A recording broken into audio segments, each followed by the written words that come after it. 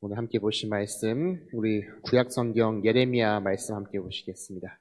예레미야 17장 5절에서 8절까지의 말씀. 예레미야 17장 5절에서 8절까지의 말씀. 구약성경 1078쪽에 있는 말씀. 예레미야 17장 5절에서 8절까지의 말씀, 우리 한 절씩 교독하면서 함께 읽겠습니다. 여호와께서 이와 같이 말씀하시느니라. 무릇 사람을 믿으며 육신으로 그의 힘을 삼고 마음이 여호와에게서 떠난 그 사람은 저주를 받을 것이라. 그는 사막의 떨기나무 같아서 좋은 일이 오는 것을 보지 못하고 광야 건조한 곳 건조한 땅 사람이 살지 않는 땅에 살리라. 그러나 무릇 여호와를 의지하며 여호와를 의뢰하는 그 사람은 복을 받을 것이라. 함께 읽겠습니다. 그는 물가에 심겨진 나무가 그 뿌리를 강변에 뻗치고 더위가 올지라도 두려워하지 아니하며 그 잎이 청청하며 가문 해에 걱정이 없고 결실이 그치지 아니함 같으리라. 아멘. 오늘도 함께 하신 우리 모두에게 하나님의 은혜와 평강 있기를 소망합니다. 어느새 10월의 마지막 날이 되었습니다. 기온의 이 쌀쌀함을 바라보면서 벌써 시간이 많이 갔구나 라는 생각이 드는데 남은 2달의 시간도 하나님의 은혜 가운데 보낼 수 있기를 소망합니다. 최근에 이 교우들의 상황들을 볼 때 가끔 보면 이게 아프신 분들이 많은 것 같아요. 특히 올해는 골절당하셔서 이게 아프신 분들이 교회 안에 참 많은 것 같아요. 그래서 이렇게 사실 우리가 몸에 있어서 조금이라도 아프면 사실 온몸이 다 힘들지 않습니까? 근데 이렇게 아파하시는 분들 보면서 좀 얼마나 힘들까라는 게 안타까운 마음이 들게 됩니다. 좀 우리가 삶을 살아가면서 정말 이렇게 크게 다치는 경우도 있고 또한 소소하게 어려운 일들이 나에게 닥칠 때가 있습니다. 사실 오늘 말씀 속에 있는 이 예레미야 선지자가 활동했었던 이 당시에 여러 가지 나라의 모습들, 이 남유다의 상황을 보더라도 여러 가지 어려움들이 참 많이 있었던 그런 상황이 아닌가 생각합니다. 나라는 약소해가고 사람들은 우상을 숭배하고 또한 여러 가지 강대국들이 이들을 계속해서 괴롭히고 있었던 그런 시대 가운데 있었습니다.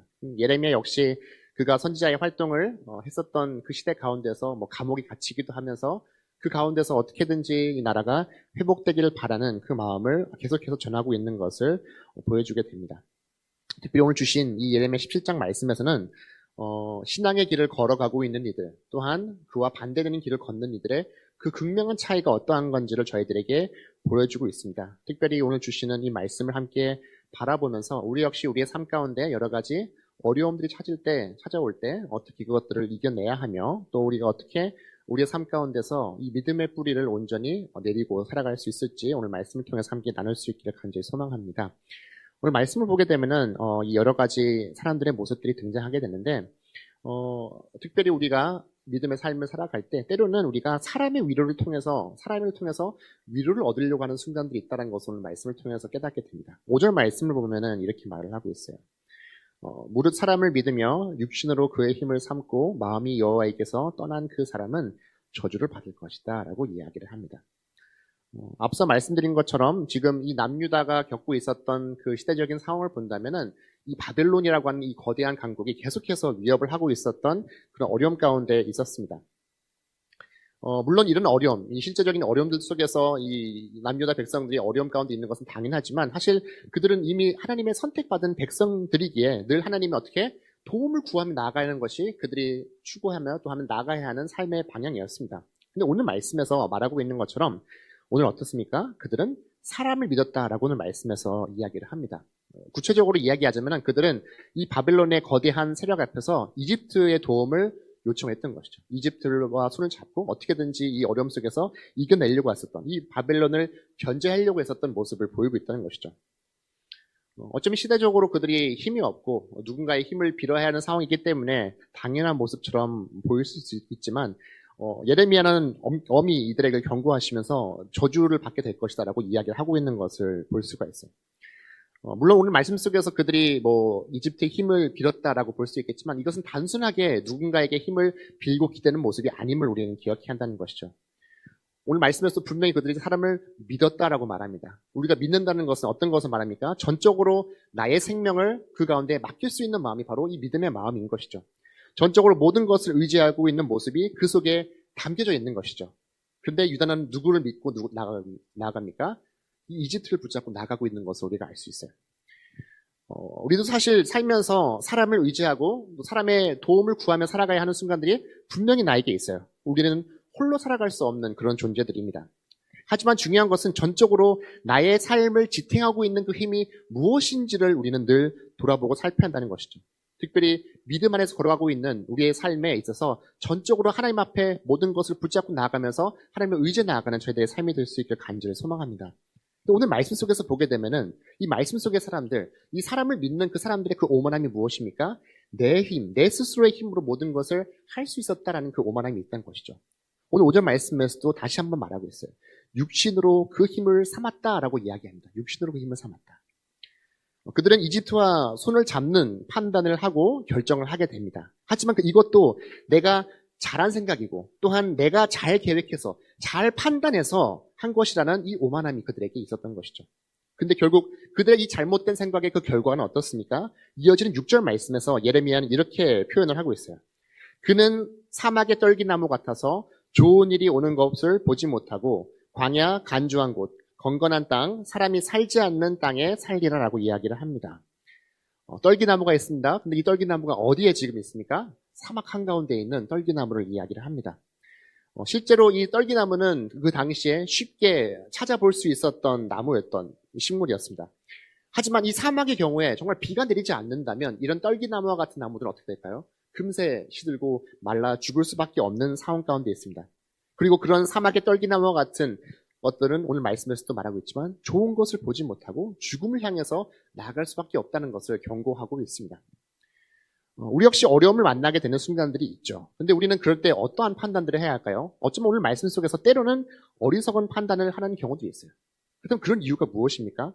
어쩌면 나의 마음 가운데 하나님을 향한 그 믿음의 마음보다는 어쩌면 의심의 마음이 더욱더 커서 어쩌면 세상을 향한 그 미련이 더 많이 남아있기 때문에 그렇게 우리는 행동하게 되는 경우들이 있습니다. 오늘 말씀을 함께 또 준비하면서 오늘 말씀 속에서 저에게 주셨던 다른 말씀 있지만 이 소돔과 고모라 가운데 이 롯의 아내에 대한 이야기가 문득 생각이 났어요. 롯의 아내 어떻습니까? 이 소돔과 고모라를 다시 한번 바라보면서 어떻게 됩니까? 우리가 잘 알듯이 소금기둥으로 변하게 됩니다.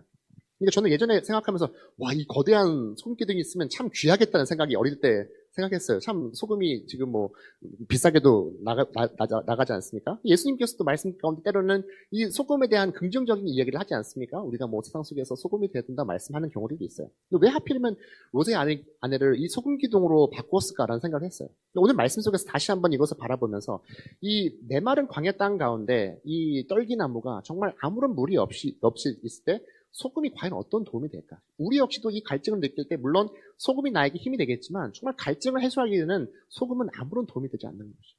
이 떨기나무에게도 만약에 소금물을 붓는다면 과연 그 나무는 살아갈 수 있을까요? 결국 죽음을 향해서 갈 수밖에 없다는 것이죠. 오늘 말씀을 생각해보면 오히려 메마른 광야에서 소금은 아무런 도움이 되지 않습니다. 사실 물론 이 소금은 우리가 앞서 말씀드린 것처럼 참 귀한 것이죠. 음식을 먹을 때 있어서도 그렇고 무언가를 보존할 때도 소금은 참 소중하게 사용이 되어집니다. 그래서 눈에는 좋아 보이기도 하죠. 그래서 좋아 보이는 것이 때로는 우리들의 마음에 가득하기도 합니다.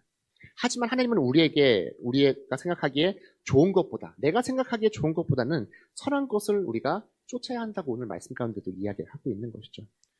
우리 어떻습니까? 사실 우리가 세상 가운데 살기 때문에 때로는 눈에 보이는 것에 마음이 휩쓸리는 경우들이 참 많죠. 하지만 오늘 말씀을 다시 한번 기억해 나아가면서 나를 향하신 하나님의 마음, 또한 우리를 향하신 하나님의 뜻이 무엇인지를 늘 구하며 나아갈 수 있는 저희가 될 수 있기를 소망합니다. 그렇다면 오늘 우리가 이 말씀 속에서 오늘과 같은 이 사람들이 하고 있는 그 행동들의 이유가 무엇입니까? 5절 말씀에서 아주 중요한 이야기를 우리에게 해주고 있어요. 여러 가지 악행을 보이고 있지만 결론적으로 그들이 그렇게 할 수밖에 없었던 이유가 무엇입니까? 5절 말씀에 마음이 여호와에게서 떠났기 때문에라고 이야기합니다. 마음이 이미 하나님에게서 떠났기 때문에 이런 행동들을 그들이 보인 것이죠. 이것은 단순히 내가 살면서 한두 번 할 수 있는 그냥 우연의 실수가 아닙니다. 여기서 이 떠났다라고 하는 표현 자체가 정말 지속적으로 내가 하나님을 떠나 있다는 것을 말을 하고 있는 것이죠. 그래서 하나님을 생각하기보다는 내가 세상 가운데 살면서 사람의 생각과 사람을 의지하는 것이 나의 삶의 중심이 되어 있다는 것을 경고하고 있는 것이죠. 우리 역시 신앙 속에서 또한 사람에게 보이기 위해서 겉모습에 신경 쓰게 되는 경우들이 있어요. 하지만 오늘 말씀은 우리의 마음의 중심이 어디를 향해 있어야 하는지 다시 한번 경고하고 있는 것이죠. 정말 뿌리가 얕은 생명력이 없는 내 말은 그런 신앙으로 살아가는 우리가 아니라 날마다 하나님을 찾고 또 하나님의 방식으로 살아가며 깊은 그 신앙의 뿌리를 통해서 하나님께 나아가는 우리의 삶이 될 수 있기를 간절히 소망합니다. 그렇다면 우리는 어떻게 좋은 신앙의 열매들을 맺어갈 수 있을까요? 7절과 이어지는 8절 말씀에서 이렇게 말합니다. 그러나 무릇 여호와를 의지하며 여호와를 의뢰하는 그 사람은 복을 받을 것이다. 또한 8절 말씀입니다. 그는 물가에 심겨진 나무가 그 뿌리를 강변에 뻗치고 더위가 올지라도 두려워하지 아니하며 그 잎이 청청하며 가무는 해에도 걱정이 없고 결실이 그치지 아니함 같다라고 이야기합니다. 우리가 주님을 의지하면서 살아가는 것은 무엇을 말하고 있습니까? 결국 내가 하나님께 나와서 하나님과의 그 관계가 어떠한지를 이야기하고 있는 것이죠. 의지할 수 있다는 것은 결국 내가 하나님을 신뢰하면서 나간다는 것을 이야기합니다.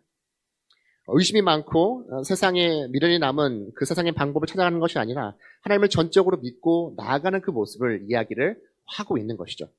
그리고 예레미야는 그것을 오늘 말씀 속에서 무엇으로 표현하고 있습니까? 신약가에 심겨진 나무라고 오늘 말씀 속에서 표현하고 있는 것을 보여주고 있습니다. 이 나무는 어떤 나무인지는 알 수 없지만 그 뿌리가 어떻게 강변에 뻗쳐 있는 나무입니다. 눈에 그 뿌리는 보이진 않습니다. 하지만 그 뿌리는 어떻게 늘 생명과 맞닿아 있다는 것을 우리가 기억해야 한다는 것이죠. 우리가 매일매일 이 믿음의 뿌리를 내려서 그 능력을 공급받는 그 삶과 또 그렇지 않은 삶의 모습이 어떠한지를 오늘 그 분명한 차이를 오늘 말씀 속에서 이야기를 해주고 있습니다. 그래서 오늘 말씀 속에서 그 나무는 그렇게 뿌리가 강가에 뻗치게 되면서 어떻게 반응하게 되죠? 더위가 올지라도 두려워하지 않고 가물어도 걱정 없이 결실을 맺는다라고 오늘 말씀 속에서 이야기를 합니다. 우리가 믿음의 생활을 하면서 오해하는 것 가운데 하나가 나의 삶이 평안하고 또한 나의 삶이 좋고 또 감사한 일들이 많아야지 정말 귀한 신앙의 열매들을 맺는다라고 생각하는 경우들이 있습니다.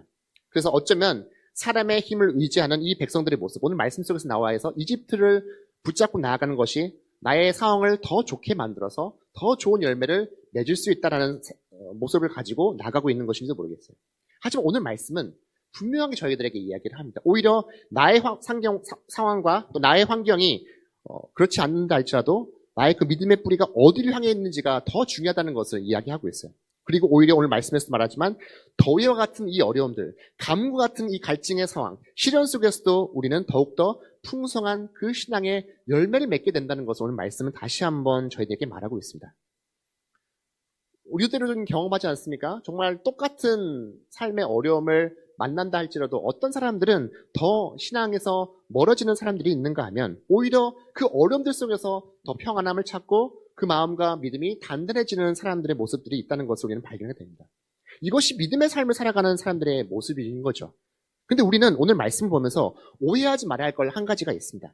앞선 떨기나무와 같은 모습을 예레미야는 지적하면서 어떻게 말했습니까? 육신의 힘으로 살아가려고 하는 사람들의 그 모습을 비판했어요. 내 스스로의 힘으로 살아가려고 하는 그 모습을 비판했죠. 근데 이러한 모습들, 육신의 힘으로 살아가려고 하는 모습이 때로는 나의 믿음의 삶에서도 적용되는 경우도 있다는 것이죠.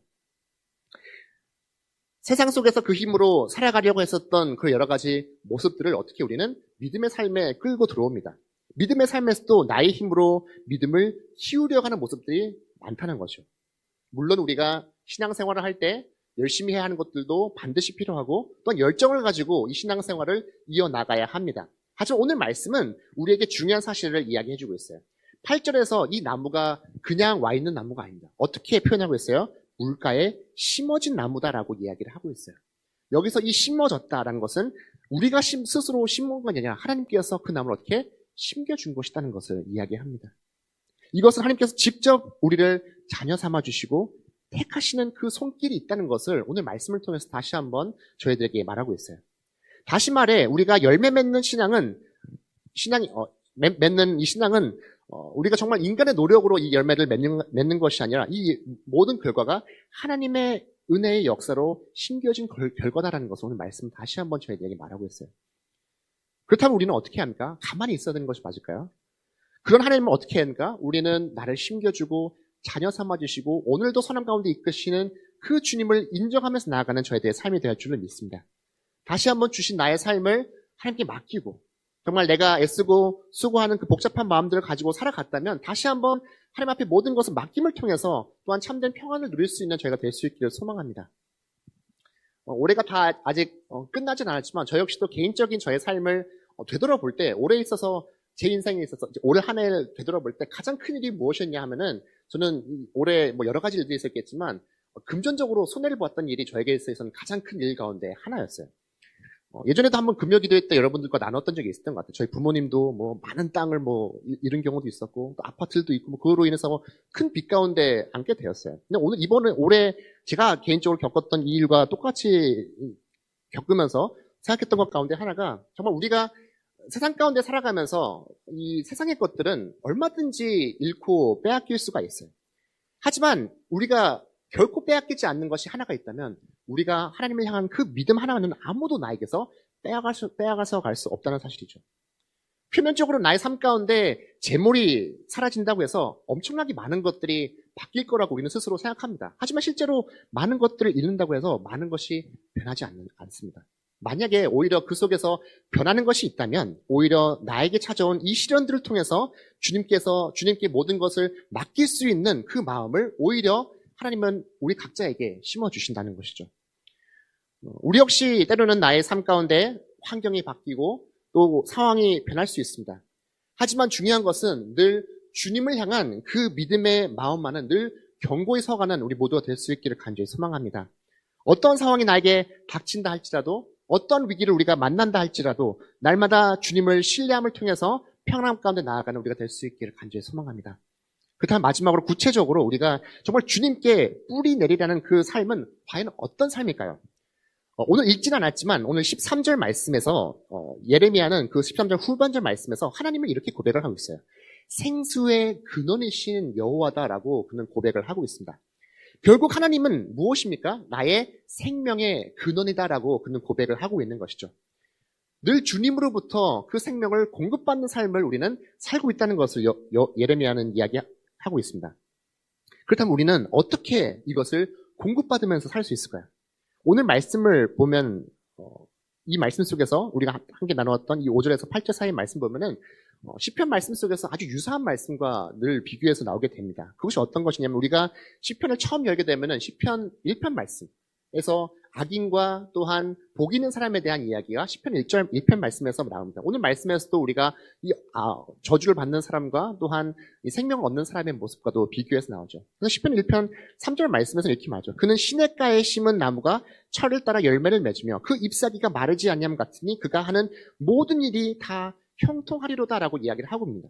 그리고 이 형통함의 삶을 살기 위해서는 그 앞선 2절 말씀에서 어떻게 말하고 있죠? 오직 여호와의 율법을 즐거워하여 그 율법을 주야로 묵상하는도다라고 저희들에게 말하고 있습니다.